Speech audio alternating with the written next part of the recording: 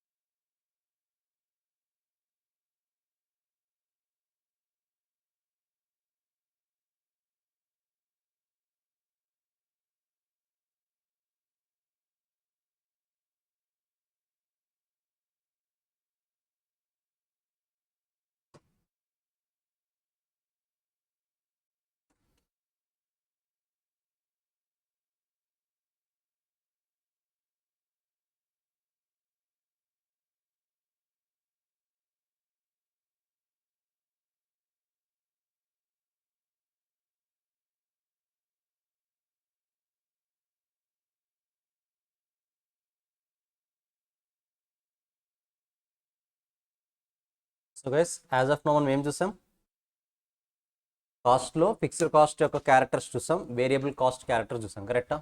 So last 2 డేస్లో అదే ఎక్కువ డిస్కస్ చేసాం. సో అక్కడతో casting basics part 1 completed.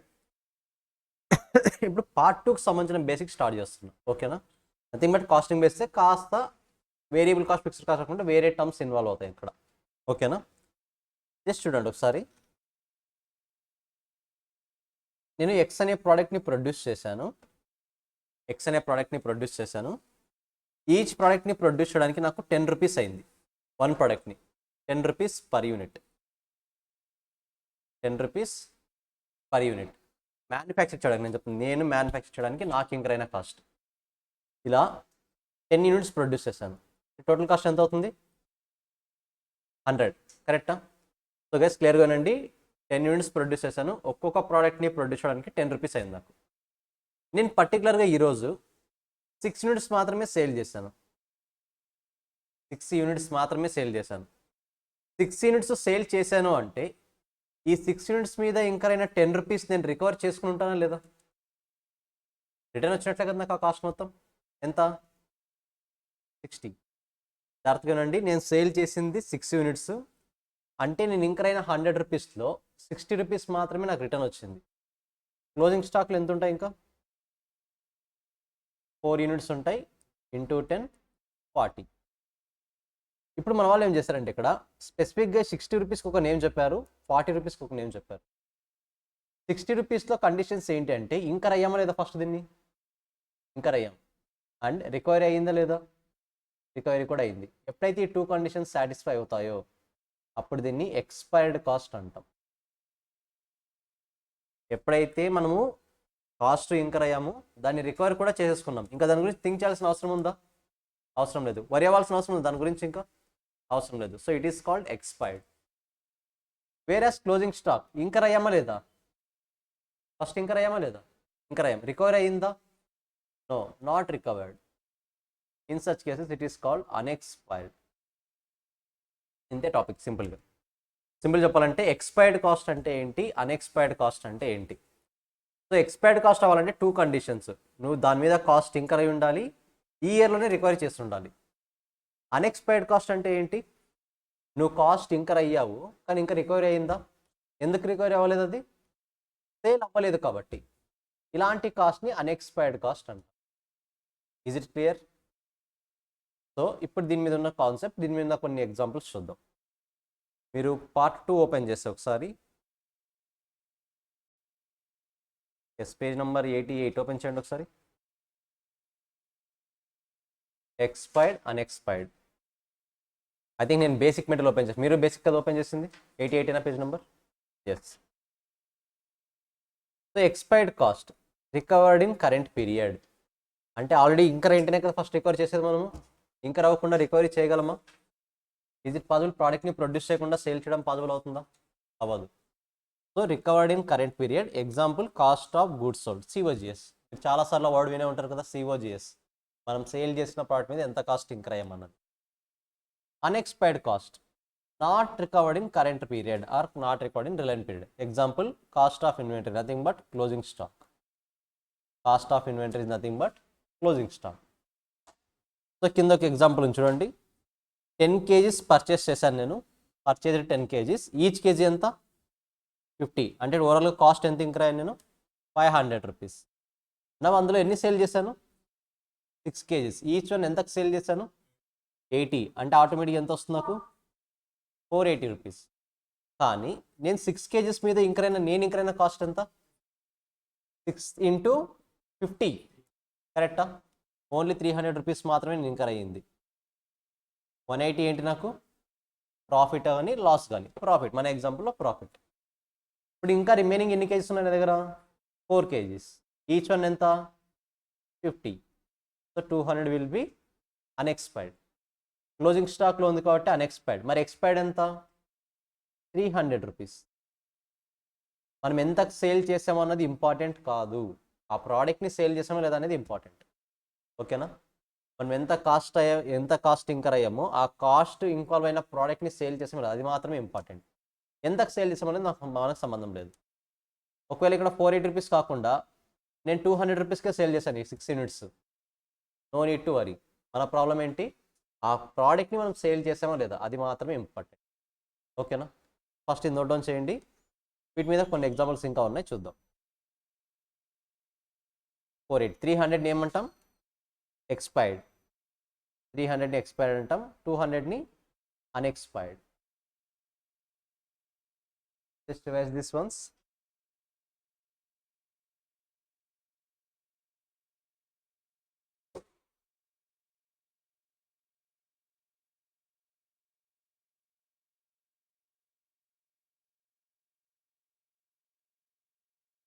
Priyanka నిన్న క్లాస్ విన్నారా? ఎందుకు అటెండ్ అయ్యి వెళ్ళిపోయారు? ఎందుకు? ఈరోజు కవర్ చేసేయండి, ఓకేనా? పెండింగ్ క్లాస్ కవర్ అయిపోవాలి. మనీష్ మీరు ఉన్నారా? లాస్ట్ వరకు డౌట్ ఉన్నారా? ఓకే. పవన్ ఓకే. సారీ మీ నేమ్ రవి కదా? ఓకే, రవి, స్వర్ణలత.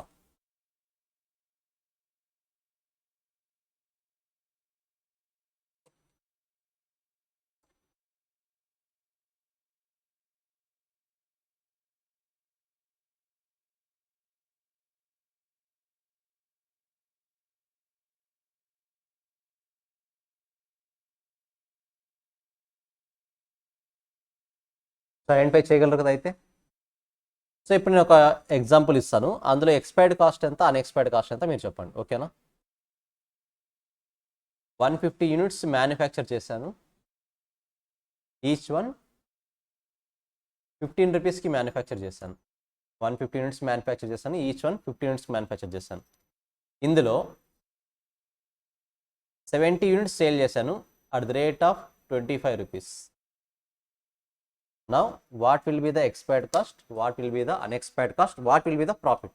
మూడు కావాలి రిక్వైర్మెంట్స్. ఎక్స్పైర్డ్ ఎంత, అన్ఎక్స్పైర్డ్ ఎంత, ప్రాఫిట్ ఎంత. క్యాల్సీ తెచ్చుకున్నారా?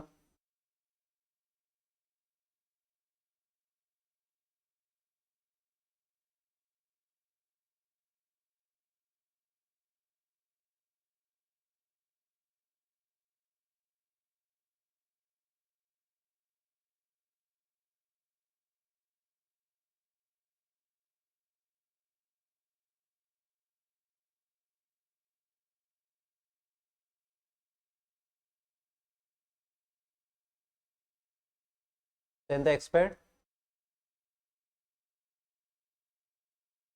150లో 70 సేల్ చేసాం, ఆటోమేటిక్గా 80 క్లోజింగ్ స్టాక్లో ఉంటాయి, కరెక్టా?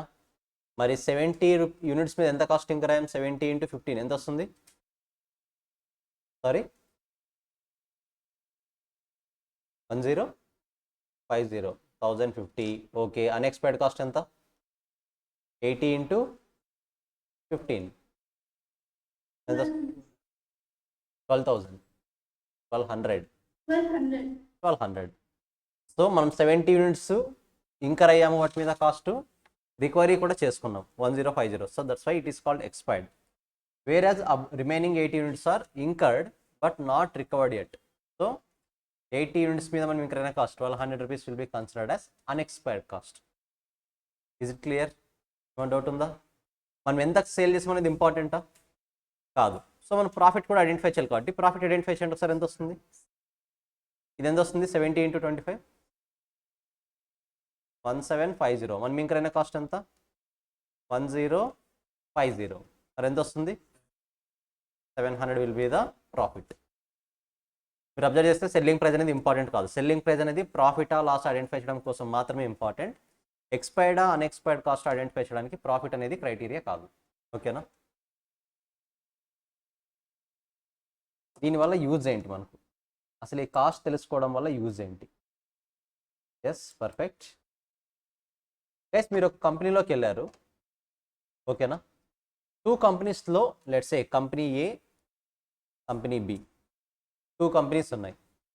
కంపెనీ ఏలో అన్ఎక్స్పైర్డ్ కాస్ట్ 10,000 రూపీస్ ఉంది. కంపెనీ బిలో 15,000 అన్ఎక్స్పైర్డ్ కాస్ట్ ఉంది. ఇప్పుడు ఓన్లీ ఈ డేటాను బేస్ చేసుకొని ఏది మంచి కంపెనీలో మీరు చెప్పాలి. ట్రై చేయండి చూద్దాం. అన్ఎక్స్పైర్డ్ కాస్ట్ నేను చెప్తున్నది. కంపెనీ ఏలో 10,000 రూపీస్ అన్ఎక్స్పైర్డ్ కాస్ట్ ఉంది. కంపెనీ బిలో 15,000 రూపీస్ అన్ఎక్స్పైర్డ్ కాస్ట్ ఉంది. ఏది మంచి కంపెనీ? ఏనా బీనా? ఏ కరెక్టా? ఎందుకు బి కాదు? ఇక్కడ బిలో ఎక్కువ ప్రోడక్ట్ సేల్ అవ్వట్లేదు అని. కరెక్టా? ప్రొడ్యూస్ చేస్తున్నారు కానీ సేల్ అవ్వకుండా ఎక్కడ ఉంటున్నాయి? క్లోజింగ్ స్టాక్లో ఉంటున్నాయి. ఏ కంపెనీ అయినా సరే క్లోజింగ్ స్టాక్లో ఎక్కువ ఉండడం అనేది అడ్వాంటేజా డిసడ్వాంటేజా? డిసడ్వాంటేజ్. క్లోజింగ్ స్టాక్లో ఉండకూడదు స్టాక్స్ ఎక్కువ. కరెక్టా? అఫ్ కోర్స్ మనము నెక్స్ట్ డే ప్రొడక్షన్ సేల్ చేస్తే ఉండాల్సిన బేసిక్ ప్రోడక్ట్ ఉండొచ్చు కానీ క్లోజింగ్ స్టాక్లో ఎక్కువ స్టాక్ ఉండకూడదు. అంటే ఇప్పుడు ఈ డేటాను బేస్ చేసుకొని ఈ కంపెనీ మంచిదా కదా అని డిసైడ్ చేయలేము మనము. ఈ ఫ్యాక్టర్ పాయింట్ ఆఫ్ వ్యూలో, ఎక్స్పైర్డ్ అన్ఎక్స్పైర్డ్ పాయింట్ ఆఫ్ వ్యూలో. లెట్స్ సే సేమ్ 10,000 15,000 అనేది ఎక్స్పైర్డ్ కాస్ట్. ఇప్పుడు ఏది మంచి కంపెనీ? ఈ మంచి కంపెనీ. ఎందుకు?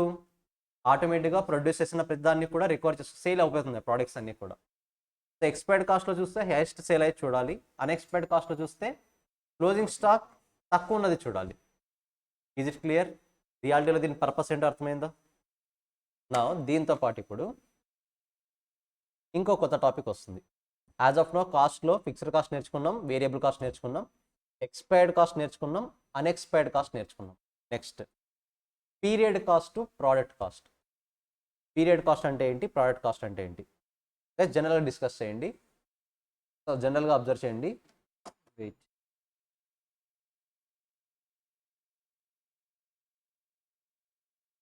ప్రాఫిట్ యూనిట్ ప్రైస్తో find. Profit unit price means unit price వచ్చేసి మనము 70 × 25. 25 ఇస్ ద సెల్లింగ్ ప్రైస్. అలా కాకుండా మీరు 25 - 15 ఈచ్ యూనిట్ మీద ప్రాఫిట్ ఎంత వస్తుంది? 10. ఎన్ని యూనిట్స్ సేల్ చేస్తున్నాము? 70. ఎంత వస్తుంది? 700. ఎలా చేసినా సేమే వస్తుంది ఆన్సర్. ఓకేనా? మీరు ఎలా చేసినా కూడా ఆన్సర్ సేమే వస్తుంది. Yes, you can do this in this way also, no problem. ఎలా చేసినా సేమ్ ఆన్సర్ వస్తుంది. ఎస్, చేయొచ్చు, నో ఇష్యూ. సరే guys, next expired cost, unexpired cost, sorry period cost, product cost చూద్దాం. మనకు ఎన్ని డిపార్ట్మెంట్స్ ఉంటాయి ఓవరాల్గా? జనరల్గా ఎన్ని డిపార్ట్మెంట్స్ ఉంటాయని చెప్పాను నేను? ఇంకా రాలేదు కదా?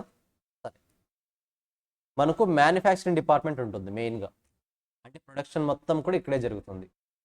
నెక్స్ట్ అడ్మినిస్ట్రేషన్ డిపార్ట్మెంట్ అని ఒకటి ఉంటుంది. Nothing but documentation process, office works అన్నీ కూడా ఇక్కడ జరుగుతాయి. Next selling and distribution. ఏ కంపెనీకి చూసినా సరే ఖచ్చితంగా 3 డిపార్ట్మెంట్స్ ఉంటాయి. సెల్లింగ్ అండ్ డిస్ట్రిబ్యూషన్ ఏం చేస్తుంటుంది?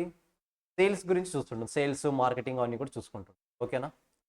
సో ప్రొడక్షన్ జరిగేది ఇక్కడ manufacturing department. Administration department office work అంతా జరుగుతుంది. డాక్యుమెంటేషన్ వర్క్, లైసెన్స్ అవి ఇవి, కస్టమర్ ఆర్డర్స్ అన్నీ చూసుకుంటుంటుంది. Selling and distribution customers reviews అవ్వచ్చు, కస్టమర్స్ రిక్వెస్ట్ అవ్వచ్చు, ఆర్ కస్టమర్స్కి సేల్ చేయడం అవ్వచ్చు. ఇవన్నీ కూడా సెల్లింగ్ అండ్ డిస్ట్రిబ్యూషన్ డిపార్ట్మెంట్లో జరుగుతాయి. ఓకేనా? ఇక్కడ పీరియడ్ కాస్ట్, ప్రోడక్ట్ కాస్ట్ అంటే ఏంటి అంటే all type of expenses, whatever the expense may be, if you incurred in manufacturing department, it will be considered as product cost. It will be considered as product cost. సింపుల్గా చెప్పాలంటే manufacturing డిపార్ట్మెంట్లో ఏం produce చేస్తాం? Product. కాబట్టి నువ్వు manufacturing డిపార్ట్మెంట్లో ఇంకా ప్రతి కాస్ట్ దేనికి ఛార్జ్ చేయాలి? ప్రోడక్ట్కే ఛార్జ్ చేయాలి. That's why it is called product cost. Clarity ఉందా? క్లారిటీ వస్తుందా? అది ఏ టైప్ ఆఫ్ పేమెంట్ అయినా సరే నువ్వు మ్యానుఫ్యాక్చరింగ్ డిపార్ట్మెంట్ పర్పస్ కోసం ఇంకర్ అయ్యావు అంటే we call it as product cost. మరి అడ్మినిస్ట్రేషన్ డిపార్ట్మెంట్లోను సెల్లింగ్ అండ్ డిస్ట్రిబ్యూషన్ డిపార్ట్మెంట్లోను ప్రొడక్షన్ జరుగుతుందా? అక్కడ ఏమైనా ప్రోడక్ట్ని ప్రొడ్యూస్ చేస్తామా చేయమా? చేయము. ఈ రెండు కూడా జస్ట్ మ్యానుఫ్యాక్చరింగ్ డిపార్ట్మెంట్కి సపోర్టింగ్ చేస్తాయి అంతే, ఇండైరెక్ట్గా వర్క్ చేస్తాయి. కాబట్టి administration department selling and distribution డిపార్ట్మెంట్లో ఇంకర్ అయిన కాస్ట్ని పీరియడ్ కాస్ట్ అంటాం.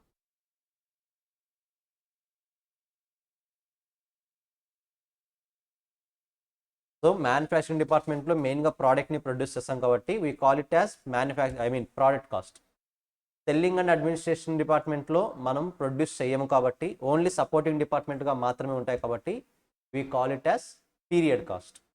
సింపుల్గానే ఉంది కదా? కానీ అనుకున్నంత సింపుల్గా ఉంటే మనకు ఇలాంటి ఎగ్జామ్లో టఫ్నెస్ ఎందుకు పెరుగుతుంది చెప్పండి? కాకపోతే కొన్ని అడ్జస్ట్మెంట్స్ చేయాలి. అడ్జస్ట్మెంట్స్ ఏంటో చూద్దాం. జనరల్గా 3 డిపార్ట్మెంట్స్ రెంట్ పే చేయాలి, కరెక్టా? 3 డిపార్ట్మెంట్స్ కూడా రెంట్ పే చేయాలి కదా వాళ్ళు ఉన్న ఏరియాకి. వీళ్ళు రెంట్ పే చేస్తారు, వీళ్ళు కూడా రెంట్ పే చేస్తారు, వీళ్ళు కూడా రెంట్ పే చేస్తారు. రెంట్ ఎప్పుడు పే చేస్తాం? డైలీ పే చేస్తామా, మంత్లీ పే చేస్తామా, ఎలా పే చేస్తాం? మంత్లీ. అంటే పేమెంట్ అనేది పీరియాడిక్ ప్రోడక్ట్ బేసా? పీరియాడిక్ బేస్, కరెక్టా? నువ్వు ఇక్కడ రెంట్ పీరియడ్ వైజ్ పే చేస్తున్నావు కాబట్టి we can call it as period cost. నేను టైం ఇస్తాను, ఫస్ట్ చూడండి. ఇక్కడ నేను రెంట్ పీరియడ్ వైజ్ పే చేస్తాను కాబట్టి we call it as period cost. Then manufacturing డిపార్ట్మెంట్కి కూడా రెంట్ ఉంటుంది కదా, దాన్ని కూడా ఎలా పే చేస్తాం? మంత్లీ వన్సే పే చేస్తాం. ఎక్కడైనా నేను ఒక ప్రోడక్ట్ ప్రొడ్యూస్ చేస్తాను, రెంట్ కొంచెం పే చేస్తా, ఇంకో ప్రోడక్ట్ ప్రొడ్యూస్ కొంచెం రెంట్ పే చేస్తా, పాసిబిలిటీ ఉంటుంది అలా. ఎలా పే చేస్తా? మంత్లీనే పే చేస్తా. అంటే పేమెంట్ అనేది ఎలా ఉంటుంది? పీరియాడిక్కే ఉంటుంది, కరెక్టా? అలాంటప్పుడు మనం మ్యానుఫ్యాక్చరింగ్ డిపార్ట్మెంట్ కోసం పే చేసే రెంట్ అనేది పీరియడ్ కాస్ట్ అవ్వాలా, ప్రోడక్ట్ కాస్ట్ అవ్వాలా? పీరియడ్ కాస్ట్ అవ్వాలి. ఎందుకు? పేమెంట్ అనేది పీరియడ్కి వెళ్తుంది కదా, అంతే కదా, సింపుల్. కానీ నువ్వు ఇంకర్ అవుతుంది మ్యానుఫ్యాక్చరింగ్ డిపార్ట్మెంట్లో కాబట్టి even though you are paying in period wise it will be considered as product cost. Clarity వస్తుందా? జనరల్గా కన్సిడర్ చేయాల్సింది రెంట్ అనేది పీరియడిక్ పేమెంటే, ప్రాబ్లం లేదు అందులో. ఏ డిపార్ట్మెంట్ అయినా సరే పేమెంట్ అనేది ఎలా చేస్తాం? మంత్లీ చేస్తాం, పీరియడిక్ పేమెంట్ చేస్తాం. కానీ నువ్వు ఇంకర్ అవుతున్న కాస్ట్ అనేది మ్యానుఫ్యాక్చరింగ్ డిపార్ట్మెంట్ అయినా, ఒకవేళ మ్యానుఫ్యాక్చరింగ్ డిపార్ట్మెంట్ అయితే ఈవెన్ దో నువ్వు పే చేస్తున్నది పీరియడిక్ పేమెంట్ అయినా సరే we call it as product cost. Is it clear?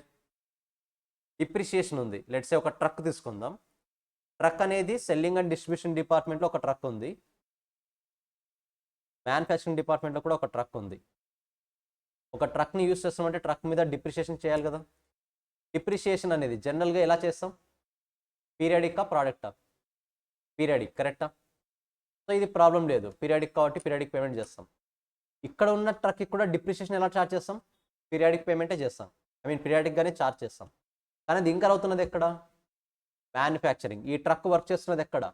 Manufacturing డిపార్ట్మెంట్లో. కాబట్టి మ్యానుఫ్యాక్చరింగ్ డిపార్ట్మెంట్లో వర్క్ చేసే ట్రక్కి ఛార్జ్ చేయాల్సిన డిప్రిషియేషన్ని we call it as product cost, not period cost. ఇదే ట్రక్ సెల్లింగ్ అండ్ డిస్ట్రిబ్యూషన్లో ఉంటే పీరియడ్ కాస్ట్. ఇదే ట్రక్ అడ్మినిస్ట్రేషన్ డిపార్ట్మెంట్లో ఉంటే period cost. Yes, are you getting the point? Salaries pay చేస్తాం. శాలరీస్ అంటే ఎలా పేమెంట్? మంత్లీ పేమెంటా, డైలీ పేమెంటా, ప్రోడక్ట్ పేమెంటా? Monthly payment.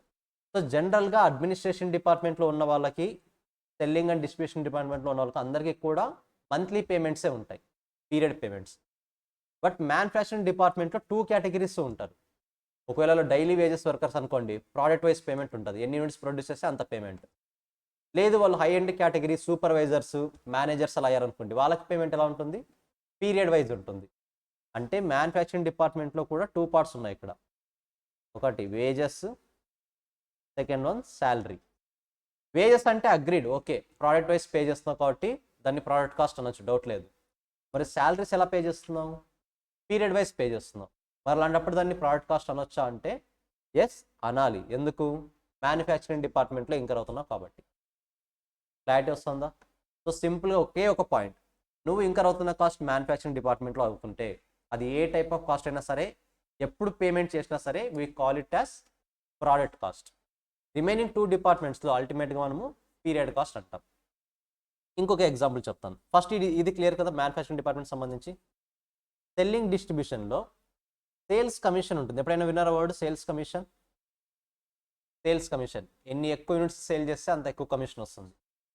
అంటే నువ్వు 10 యూనిట్స్ సేల్ చేస్తే ఒక type of commission, 11 units sale చేస్తే కమిషన్ ఇంక్రీజ్ అవుతుంది, 12 యూనిట్స్ సేల్ చేస్తే కమిషన్ ఇంక్రీజ్ అవుతుంది. కరెక్టా? అంటే కమిషన్ అనేది దేన్ని బేస్కొని పే చేస్తున్నావు? నంబర్ ఆఫ్ యూనిట్సే కదా. నంబర్ ఆఫ్ యూనిట్సా పీరియడ్ వైజ్? అది నంబర్ ఆఫ్ యూనిట్స్. నువ్వు ఎక్కువ యూనిట్స్ సేల్ చేస్తే ఎక్కువ కమిషన్ వస్తుంది, తక్కువ యూనిట్స్ సేల్ చేస్తే తక్కువ కమిషన్ వస్తుంది. అలాంటప్పుడు ఈ కాస్ట్ ఏమవుతుంది? Product cost. కానీ నువ్వు ఇంకా అవుతున్నది ఎక్కడ? Selling and distribution. కాబట్టి ఇది ప్రోడక్ట్ అవ్వదు, పీరియడ్ అవుతుంది. మరి రైట్ వస్తుందా? సో సింపుల్గా చెప్పాలంటే మ్యానుఫ్యాక్చరింగ్ డిపార్ట్మెంట్లో నువ్వు పేమెంట్ ఎలా చేసినా సరే ప్రోడక్ట్ కాస్ట్, రిమైనింగ్ 2 డిపార్ట్మెంట్స్లో నువ్వు పేమెంట్ ఎలా చేసినా సరే పీరియడ్ కాస్ట్. అది ఏ టైప్ ఆఫ్ పేమెంట్స్ అయినా అవ్వచ్చు. ఓకేనా? మరి examination point of view confuse అవ్వద్దు. సేల్స్ కమిషన్ అంటే ప్రోడక్ట్ని బేస్ చేసుకుని పే చేస్తాం కదా, it should be considered as product cost అనుకోవద్దు. మోర్ ఓవర్ ప్రోడక్ట్ కాస్ట్ అని ఎప్పుడు అంటామంటే ప్రోడక్ట్ ప్రొడ్యూస్ అయ్యేంత వరకు ఇంకా అయ్యే కాస్ట్ని మాత్రమే ప్రోడక్ట్ కాస్ట్ అంటాం. మ్యానుఫ్యాక్చరింగ్ డిపార్ట్మెంట్ నుంచి ప్రోడక్ట్ బయటకు వచ్చిందంటే ఎక్కడికి వెళ్తుంది? అది సెల్లింగ్ అండ్ డిస్ట్రిబ్యూషన్. అంటే ప్రొడక్షన్ కంప్లీట్ అయిందనే కదా. ఇక ప్రొడక్షన్ కంప్లీట్ అయిన తర్వాత ప్రోడక్ట్ కాస్ట్ అనే కాన్సెప్ట్ ఎక్కడి నుంచి వస్తుంది? రాదు. కరెక్టా? కాబట్టి సెల్లింగ్ డిపార్ట్మెంట్లో ఈవెన్ దో నువ్వు పీరియడ్ వైజ్ పే చేసినా సరే we call it as period cost. Even product wise pay చేసినా సరే we call it as period cost. So సింపుల్గా వస్తారు. నోట్ డౌన్ చేయండి ఫస్ట్. ఇది 3 departments. Whatever the cost incur in manufacturing department is called product cost. Remaining 2 departments we call it as period cost.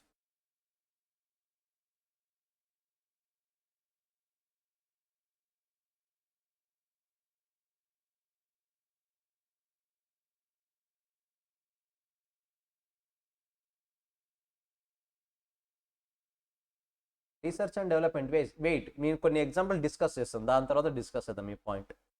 మనం ఈ 3 డిపార్ట్మెంట్స్లో ఇంకా ఏ types of cost linker అవుతాం అన్నది మనం డిస్కస్ చేయాలి. డిస్కస్ చేసిన తర్వాత మీ డౌట్ క్లారిఫై చేస్తాను. ముందే చెప్తే క్లారిటీ రాదు, డోంట్ వరీ, నేను ఎక్స్ప్లెయిన్ చేస్తాను.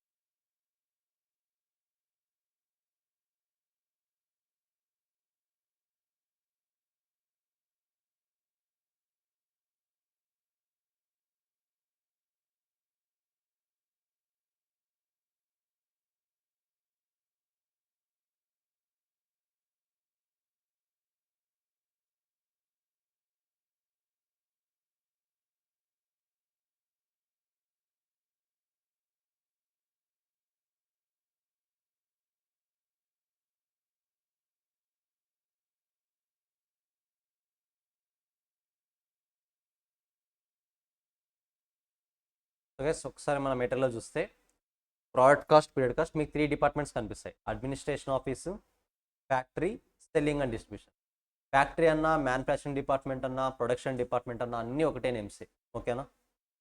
ఫస్ట్ ఆ కింద ఎగ్జాంపుల్ వదిలేసి కింద ఏ టైప్ ఆఫ్ ఎక్స్పెన్సెస్ ఇంకర్ అవుతామని ఇక్కడ ఉంది చూడండి.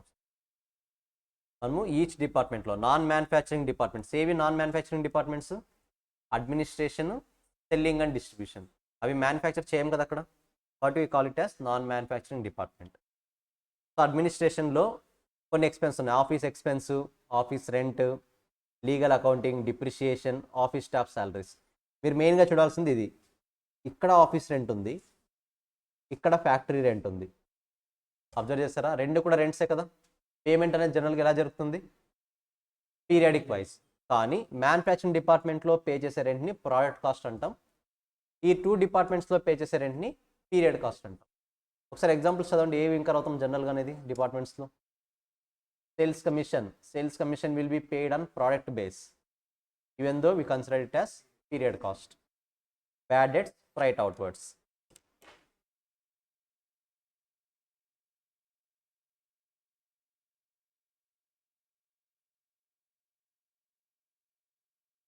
ఇప్పుడు జనరల్గా ఇక్కడ వీళ్ళకి వచ్చిన డౌట్ ఏంటంటే yes Lohit, research and development cost. Research and development కాస్ట్ని ఈ 3 కేటగిరీస్తో ఏ కాస్ట్గా డివైడ్ చేయాలి? First of all research and development ఎక్కడ జరుగుతుంది? బిఫోర్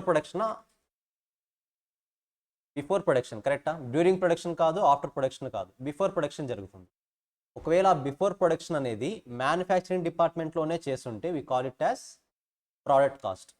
అలా కాకుండా ఎక్కడో వేరే కంట్రీస్లో చేసాము, జస్ట్ ఒక అనాలిసిస్ కోసం ట్రై చేస్తున్నాం అనుకుంటే we call it as administration cost, then it will be considered as period cost. ఓకేనా? Product cost research and development cost అనేది ఎక్కడ ఇంకర్ అవుతాం అనేది ఇంపార్టెంట్. ఎందుకంటే research and development before production start అవుతుంది. ప్రోడక్ట్ కాస్ట్ అవ్వాలంటే ఖచ్చితంగా ఏమవ్వాలి, అది డ్యూరింగ్ ద ప్రొడక్షన్ జరగాలి. ఇప్పుడు మీరు ఇంకా ఇక్కడున్న కాస్ట్ చూడండి, రా మెటీరియల్ డ్యూరింగ్ ద ప్రొడక్షనే కదా ఇంకర్ అయ్యేది, labour during the production, manufacturing overheads అంటే ఏంటో వస్తుంది, నేర్చుకుందాం ఆ పాయింట్ కూడా. ఫ్యాక్టరీ రెంట్ డ్యూరింగ్ ద ప్రొడక్షనే కదా, పవర్ యూస్ చేసేది during the production, freight inwards during the production. కరెక్టా? ఇవన్నీ కూడా ఏం జరుగుతున్నాయి మనకు, ప్రొడక్షన్ జరుగుతున్న టైంలో అవ్వచ్చు, or between the time, at least 1 or 2 days ముందు అవ్వచ్చు ప్రొడక్షన్కి. ఫ్రైట్ ఇన్వార్డ్ అంటే 1 or 2 days ముందు ఇంకర్ అవుతాం కదా, రా మెటీరియల్ రావడానికి ఇంకర్ అయ్యే కాస్ట్. సో ఇవన్నీ కూడా డ్యూరింగ్ ద ప్రొడక్షన్ కాబట్టి we call it as product cost. ఒకవేళ రీసెర్చ్ అండ్ డెవలప్మెంట్ కోసం పర్టికులర్గా ఈ ప్రోడక్ట్ని ప్రొడ్యూస్ చేయడానికి ఇక్కడే ఇంకర్ అయ్యారు అంటే then we can call it as product cost. Otherwise we call it as period cost. కొన్నిసార్లు ఆ కాస్ట్ని కూడా కన్సిడర్ చేయము, ఎందుకంటే మనం ఇక్కడ డిస్కస్ చేస్తున్న కాస్ట్లు డే టు డే వర్కింగ్లో జరిగేవి అవ్వాలి. Research and development one time జరిగేదా, డే టు డే జరుగుతుందా, వన్ టైం. సో అవన్నీ కూడా స్పెషల్ కాస్ట్ కేటగిరీలోకి వస్తాయి. అంత ఈజీగా ఈ 2 కేటగిరీస్లో కన్సిడర్ చేయకూడదు. ఓకేనా? I think Lohith clear. Special item అది. మనం ఇక్కడ డిస్కస్ చేసిన కేటగిరీస్ అన్నీ చూడండి, డే టు డే ఐటమ్స్. మీరు డే టు డే ఇంకర్ అయ్యే కాస్ట్లు కదా ఇవన్నీ కూడా, నార్మల్ వర్కింగ్ డేలో ఇంకర్ అయ్యే కాస్ట్లు. బట్ రీసెర్చ్ అండ్ డెవలప్మెంట్ అనేది స్పెషల్ కాస్ట్. సో ఫస్ట్ ఒకసారి ఏ టైప్ ఆఫ్ ఎక్స్పెన్స్ ఇంకర్ అవుతామో చూడండి. ఇప్పుడు పైన ఉన్న ఎగ్జాంపుల్ సాల్వ్ చేయాలి, మనం సాల్వ్ చేద్దాం. ఫస్ట్ అది చూడండి, క్లియర్గా డిస్కస్ చేయండి, ఒకసారి రివిజన్ చేయండి ఎగ్జాంపుల్స్ ఏముంటాయి అన్నది.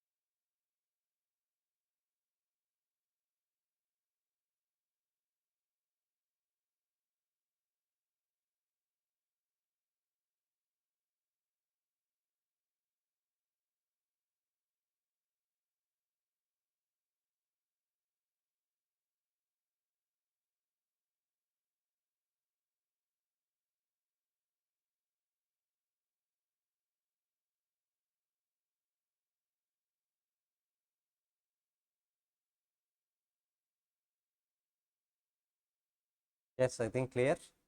నౌ పైన ఒక ఎగ్జాంపుల్ ఉంది చూడండి. మనము 100 యూనిట్స్ కాస్ట్ ఇంకర్ అయ్యాము. Material cost 8,000, labour cost 6,000, administration expenses 5,000, selling and distribution expenses 5,000. First మీరు ఏం చేయాలంటే మెటీరియల్ లేబరు ఏ type of cost, administration selling and distribution ఏ కాస్ట్, పీరియడ్ ప్రోడక్ట్గా డివైడ్ చేయండి వాటిని. ఏవేవి ప్రోడక్ట్ కాస్ట్లు అవుతాయి, మెటీరియల్, లేబర్, ఇవి రెండు కూడా ఏ కాస్ట్లు, product cost. Administration selling and distribution period cost. కరెక్టా? సో వన్స్ ఇది ఐడెంటిఫై చేయగానే మీరు ప్రోడక్ట్ కాస్ట్ పర్ యూనిట్ ఎంత అయిందో ఐడెంటిఫై చేయండి. ఓవరాల్గా ఎంత, 8,000 + 6,000, ఓవరాల్గా 14,000. For how many units, 100 units. అంటే పర్ యూనిట్ ఎంత కాస్ట్ ఇంకర్ అయ్యాం మనము, 140 రూపీస్ కాస్ట్ ఇంకర్ అయ్యాం. ఇప్పుడు దీన్ని బేస్ చేసుకొని మనము ఎక్స్పైర్డ్ కాస్ట్ ఎంత, అన్ఎక్స్పైర్డ్ కాస్ట్ ఎంత ఐడెంటిఫై చేయాలి. ఎక్స్పైర్డ్ కాస్ట్ ఎంత, అన్ఎక్స్పైర్డ్ కాస్ట్ ఎంత అనేది ఐడెంటిఫై చేయాలి. క్లియర్గా చూడండి, ఒకసారి చూడండి, ఇక్కడ నేను టైం ఇస్తాను. సో సేల్స్ 20,000, ఎన్ని యూనిట్స్ సేల్ చేసాము, 60 యూనిట్స్. మరి 60 యూనిట్స్ మీద మనం ఎంత కాస్ట్ ఇంకర్ అయ్యాము ఈచ్ యూనిట్కి? కాస్ట్ 60 ఇంటూ 140 ఎంత వస్తుంది?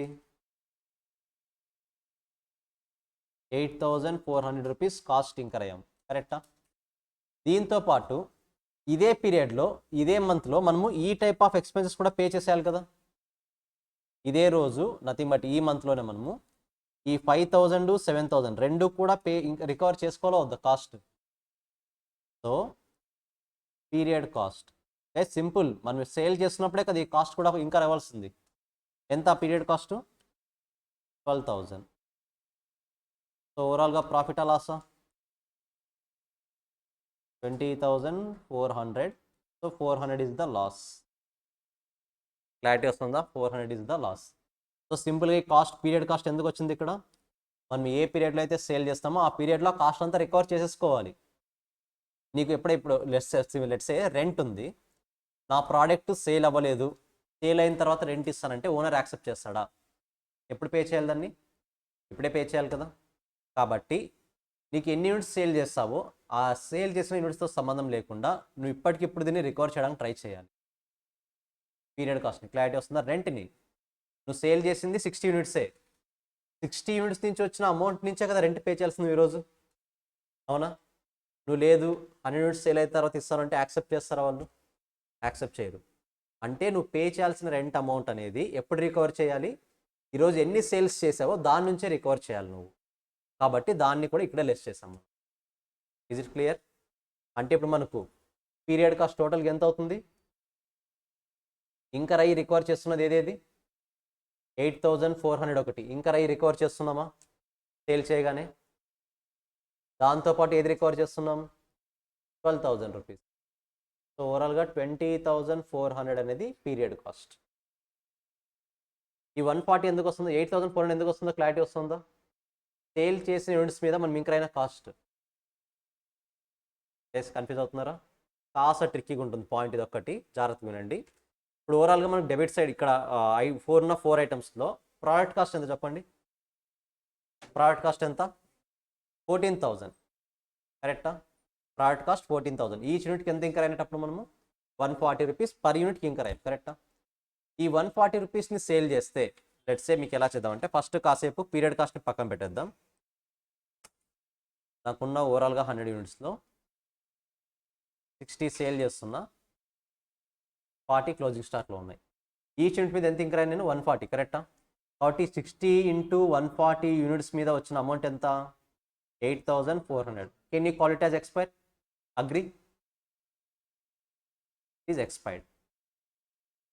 Remaining 40 unexpired. 40 ఇంటూ 140 ఎంత వస్తుంది? 5,600. ఇది కాసేపు పక్కన పెట్టేసేయండి, మీరు అనవసరం కన్ఫ్యూజ్ అవుతుంది ఏంటనేది. సో ఇప్పుడు మీరు సేల్ చేసిన దాంట్లో 60 యూనిట్స్ సేల్ చేశారు, 40 క్లోజింగ్ స్టాక్లో ఉన్నాయి. 60 యూనిట్స్ మీద మీరు ఇంకా అయినా 8,400 అనేది ఏంటి? ఎక్స్పైర్డ్ కాస్ట్, కరెక్టా? రిమైనింగ్ 40 యూనిట్స్ మీద మీరు ఇంకా అయినా 5,600 అనేది అన్ఎక్స్పైర్డ్ కాస్ట్. సో ఇది ఏం ప్రాబ్లం లేదు. 5,600 ఇది ఎలా వచ్చింది? 40 ఇంటూ 140. ఇదేం ప్రాబ్లం లేదు, కరెక్టా? ఇక్కడ మీరు జాగ్రత్తగా అబ్జర్వ్ చేస్తే నేను 60 యూనిట్స్ని సేల్ చేసిన తర్వాత నాకు వచ్చిన 140 రూపీస్ రికవరీ చేసుకున్నానా? సేల్ చేస్తాను కాబట్టి రికవర్ చేసుకున్నానా? ఇప్పుడు నేను సేల్ చేసిన అమౌంట్ నుంచి ఏది కూడా పే చేయాలి. 12,000 రెంట్ అమౌంట్, లెట్స్ ఇది రెంట్ అమౌంట్ అనుకోండి, 5,000 ప్లస్ 12,000. ఇది కూడా ఈరోజే పే చేయాలి కదా నేను. సేల్ చేసినా సేల్ చేయకపోయినా అటు ఎనీ కాస్ట్ నేను ఏం చేయాలి? దీన్ని పే చేయాలి. రెంట్ అమౌంట్, కరెక్టా? Periodic payment, period wise pay చేయాలి. అంటే ఈ 12,000 రూపీస్ని కూడా నేను ఏం చేయాలి? ఇంకర్ అయ్యి రికవరీ కూడా చేసుకోవాలి. ఎప్పుడు రికవర్ చేసుకోవాలి? ప్రోడక్ట్ సేల్ చేయగానే రికవర్ చేసుకోవాలి. అది రియాలిటీలో రికవర్ అయ్యి ప్రాఫిట్ వస్తుందా, రికవర్ అయ్యి లాస్ వస్తుందా సెకండరీ. బట్ రికవర్ చేయాల్సింది ఎక్కడి నుంచి? ఈరోజు చేస్తున్న సేల్స్ నుంచి, కరెక్టా? కాబట్టి ఎంటైర్ 20,400ని మనము ఎక్స్పైర్డ్ కాస్ట్ అంటాం. ఎంటైర్ 20,400ని మనము, ఇది అల్టిమేట్గా ఎక్స్పైర్డ్, అగ్రీ కదా దీనికి మీరు? ఇక్కడ వచ్చిన వాల్యూనే అది అల్టిమేట్గా ఎక్స్పైర్డ్. దీంతో పాటు ఏది ఎక్స్పైర్డ్ అవుతుంది? All type of period cost, all type of period cost. Sir simplify చేయండి సార్ కాస్త సింపుల్గా అంటే మనకు period cost product cost two categories ఉన్నాయి కరెక్టా? పీరియడ్ ప్రోడక్ట్ 2 కేటగిరీస్ ఉన్నాయి. మీరు ప్రోడక్ట్ కాస్ట్లో సేల్ చేసే ఒక వాల్యూ, క్లోజింగ్ స్టాక్లో ఉంటే ఒక వాల్యూ. సేల్ చేస్తే ఏమవుతుంది? అది ఎక్స్పైర్డ్. క్లోజింగ్ స్టాక్లో ఉంటే unexpired. Whereas period cost is always expired. ఏ పీరియడ్ది ఆ పీరియడ్లో రికవర్ చేయాలి. ఏ పీరియడ్ది ఆ పీరియడ్లో రికవర్ చేయాలి. కాబట్టి ఇప్పుడు ఎక్స్పైర్డ్ అంటే ఏదేది యాడ్ చేయాలి? ఈ 2 వాల్యూస్ యాడ్ చేయాలి. క్లారిటీ వస్తుందా? అన్ఎక్స్పైర్డ్ అంటే ఓన్లీ క్లోజింగ్ స్టాక్లో ఉన్న వాల్యూస్ మాత్రమే యాడ్ చేయాలి. So don't worry, just note down చేయండి. వీటి మీద ఇంకా ప్రాబ్లమ్స్ చేద్దాం, మీకు కూడా క్లారిటీ వస్తుంది. Just note it down.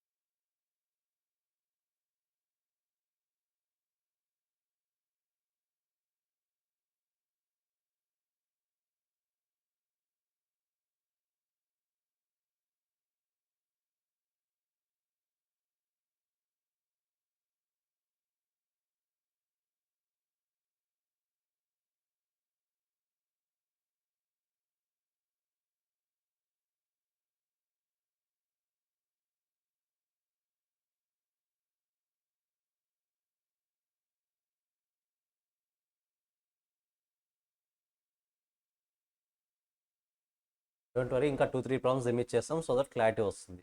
తేవాల్సిన అవసరం లేదు. చిన్న కన్ఫ్యూజన్ ఉంటుంది, I agree with that. 1-2-3 problems చేస్తే క్లారిటీ వచ్చేస్తుంది.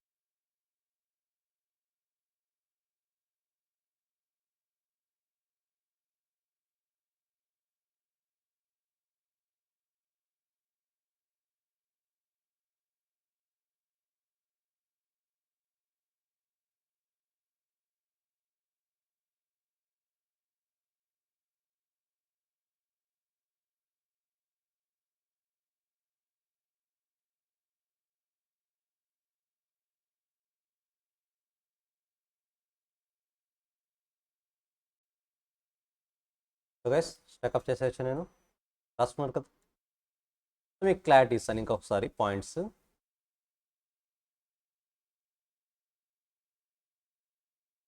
ఫస్ట్ ఆఫ్ ఆల్ మనం ఎక్స్పైర్డా అన్ఎక్స్పైర్డా అని డిసైడ్ చేయాలి అంటే selling price key role play చేస్తుందా చేయదా? సెల్లింగ్ ప్రైస్ నో, కరెక్టా? సెల్లింగ్ ప్రైస్ ఎంత అనేది సంబంధం లేదు. ఎక్స్పైర్డా అన్ఎక్స్పైర్డా మనము డిసైడ్ చేయాలి అంటే. సో ఫస్ట్ సెల్లింగ్ ప్రైస్ గురించి థింక్ చేయడం, ఆలోచించేసేయాలి. ఇప్పుడు నేను మార్క్ చేసిన టూ ఐటమ్స్ పీరియడా ప్రోడక్టా చెప్పండి? ప్రోడక్ట్ ఎంత? 140 per యూనిట్ వస్తుంది, కరెక్టా? ఇది సేల్ అయితేనేమో ఎక్స్పైర్డ్, సేల్ అవ్వకపోతేనేమో అన్ఎక్స్పైర్డ్, కరెక్టా? రిమైనింగ్ ఈ 2 ఐటమ్స్ ఏంటి? Periodic payment. Nothing but period to period ఖచ్చితంగా పే చేయాల్సిందే. We have no other option. అలాంటప్పుడు నువ్వు ప్రోడక్ట్ ఎప్పుడైతే సేల్ చేస్తావో ఆ సేల్ చేసిన నుంచి వచ్చిన అమౌంట్ దగ్గర నుంచి కదా నువ్వు పేమెంట్ చేసేది.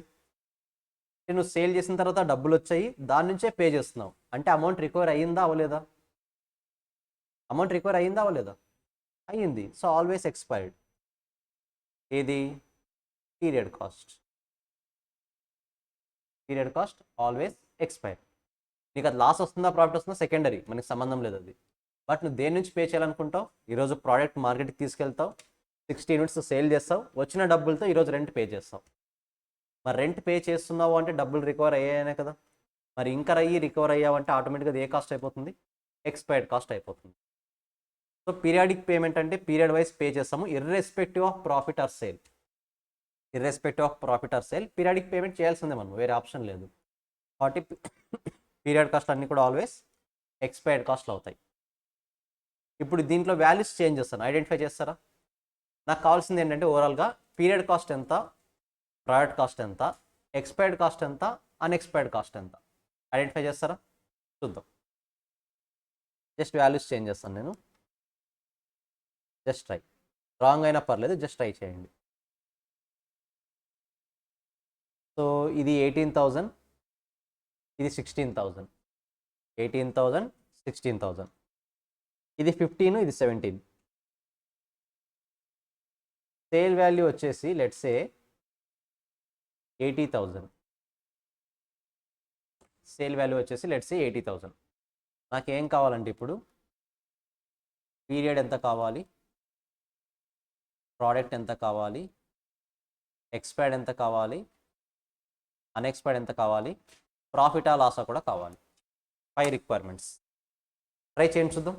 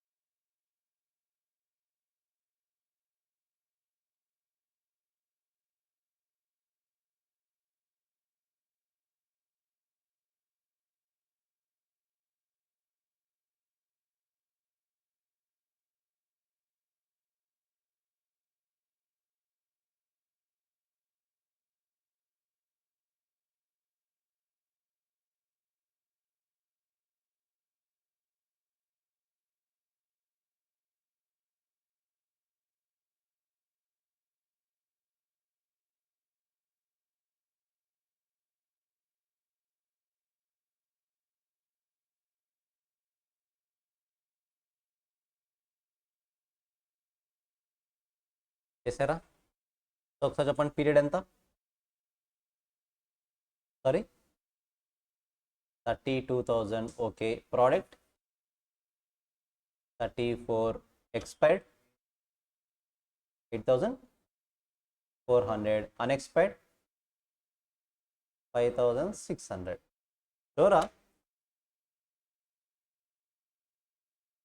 Expired 52,000, unexpired 13,600. Profit loss 27. మీకు ఎంత వచ్చింది ప్రాఫిట్? 27,600. మిగతా వాల్యూస్ చూడండి ఒకసారి. Expired 20,400 is the expired. Okay. Unexpired 13,600. So expired cost ఆలోచించండి అందరూ. మేబీ ఎవరిది మిస్టేకో తెలియదు, చూద్దాం. ఐ థింక్ మనీష్ నువ్వు ఓల్డ్ వాల్యూస్ తీసుకున్నావు. 8,000, 6,000 వాల్యూస్ తీసుకున్నావు. 18, 16 తీసుకోవాలి. ట్రై చేయ ఒకసారి.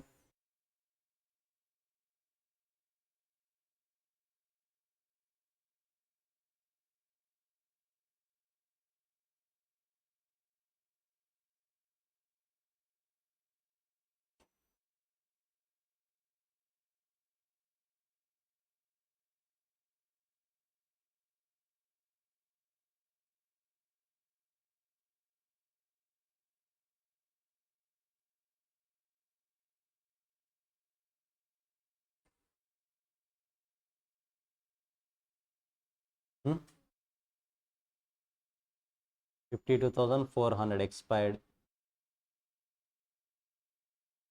20,400 ఎవరు చెప్పారు? థింక్ పవన్. ఎక్స్పైర్డ్ కాదా? ఓకే. మనీష్ వచ్చిందా? ఎస్ ఒకసారి చూడండి. ఫస్ట్ పీరియడ్ కాస్ట్ ఏది ఇది కాదు, ప్రోడక్ట్ కాస్ట్ ఏది ఇది మెటీరియల్ లేబర్ రెండు ప్రోడక్ట్ కాస్టే కదా. 18 + 16 ఎంత? 34,000. పర్ఫెక్ట్, ఏం ప్రాబ్లం లేదు. Period cost 15,000 + 17,000, overall 32,000. సో రెండు పర్ఫెక్ట్, ఏం ప్రాబ్లం లేదు. సో అల్టిమేట్గా మనం ఫస్ట్ ఏం ఐడెంటిఫై చేయమన్నాను? పర్ యూనిట్ ఐడెంటిఫై చేయమన్నాను కదా. పర్ యూనిట్ ఎలా వస్తుంది? 34,000 డివైడెడ్ బై 100, 340. ఇప్పుడు ఎన్ని యూనిట్స్ సేల్ చేసాం? 60. 60 యూనిట్స్ మీద 340 రూపీస్ కాస్ట్ ఇంకర్ అయి ఉంటాను కదా నేను. ఎంత ఈ కాస్ట్? 20,400. పర్ఫెక్ట్. దీంతో పాటు నేను సేల్ చేసిన పీరియడ్లోనే ఏది కూడా పే చేయాలి? 32,000 పే చేయాలి పీరియడ్ కాస్ట్, కరెక్టా? So period cost 32,000. సో ఓవరాల్గా ప్రాఫిట్ లాసా? 27,600 ప్రాఫిట్. సో అన్ఎక్స్పైర్డ్ ఎన్ని యూనిట్స్ ఉన్నాయి? 40 ఇంటూ ఈచ్ వన్ 340 ఎంత వస్తుంది? 13,600. పర్ఫెక్ట్. ఇప్పుడు మీరు ఐడెంటిఫై చేసిన ప్రోడక్ట్ కాస్ట్ కరెక్టే, పీరియడ్ కాస్ట్ కరెక్టే, ప్రాఫిట్ ఆర్ లాస్ కూడా కరెక్టే. ఇప్పుడు ఎక్స్పైర్డ్ ఏది, అన్ఎక్స్పైర్డ్ ఏది ఐడెంటిఫై చేయాలి. అన్ఎక్స్పైర్డ్ 13,600, ఇది కూడా కరెక్టే. ఎక్స్పైర్డ్ కాస్ట్లో చాలామంది కన్సిడర్ చేసిన పాయింట్, అంటే మీరు అనాలిసిస్ చేస్తున్న పాయింట్, ఓన్లీ ఇది ఒక్కటి తీసుకుంటున్నారు. ఇది కూడా ఎక్స్పైర్డే కదా. Product period cost is always expired cost. ఎప్పటికప్పుడు రికవర్ చేసుకోవాల్సిందే కదా మనము, ఆల్వేస్ ఎక్స్పైర్. కాబట్టి 20,400 plus 32,000, 52,400 will be the expired cost. చేసింది కరెక్టే, బట్ ఈ పాయింట్ మిస్ అయ్యారు అంతే అందరూ. ఓకేనా? అవును, క్లారిటీ వచ్చింది. ఎక్కడ మిస్ అయిందో? ఓన్లీ మీరు పీరియడ్ కాస్ట్ మాత్రమే తీసుకున్నారు, సారీ ప్రోడక్ట్ కాస్ట్ మాత్రమే తీసుకున్నారు, పీరియడ్ కాస్ట్ యాడ్ చేయలేదు. మనీష్, క్లారిటీ వచ్చిందా? ఎక్కడ మిస్ అయిందని ఇది? సర్వలత, క్లియర్ గైస్? ఆన్లైన్ డివైడ్ చేయగలరా పీరియడ్ కాస్ట్, ప్రోడక్ట్ కాస్ట్? ఇంకో ప్రాబ్లం చేద్దామా? చేస్తారా?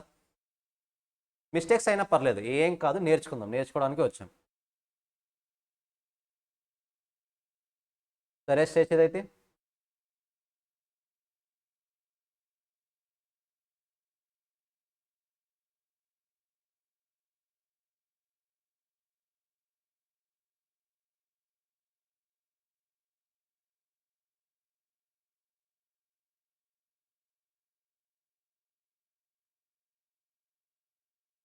So material cost 10,000, labour 20,000, administration 10,000, selling and distribution 25,000. Sale units 70, closing stock 30. ఒక్కొక్క యూనిట్ని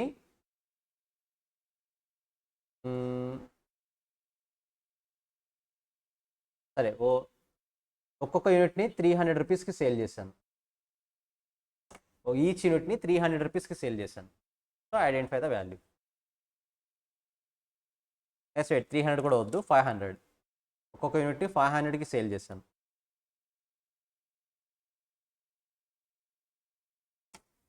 ఒక్కొక్క యూనిట్ని 500కి సేల్ చేశాను. దెన్ సేమ్ 5 రిక్వైర్మెంట్స్ కావాలి నాకు.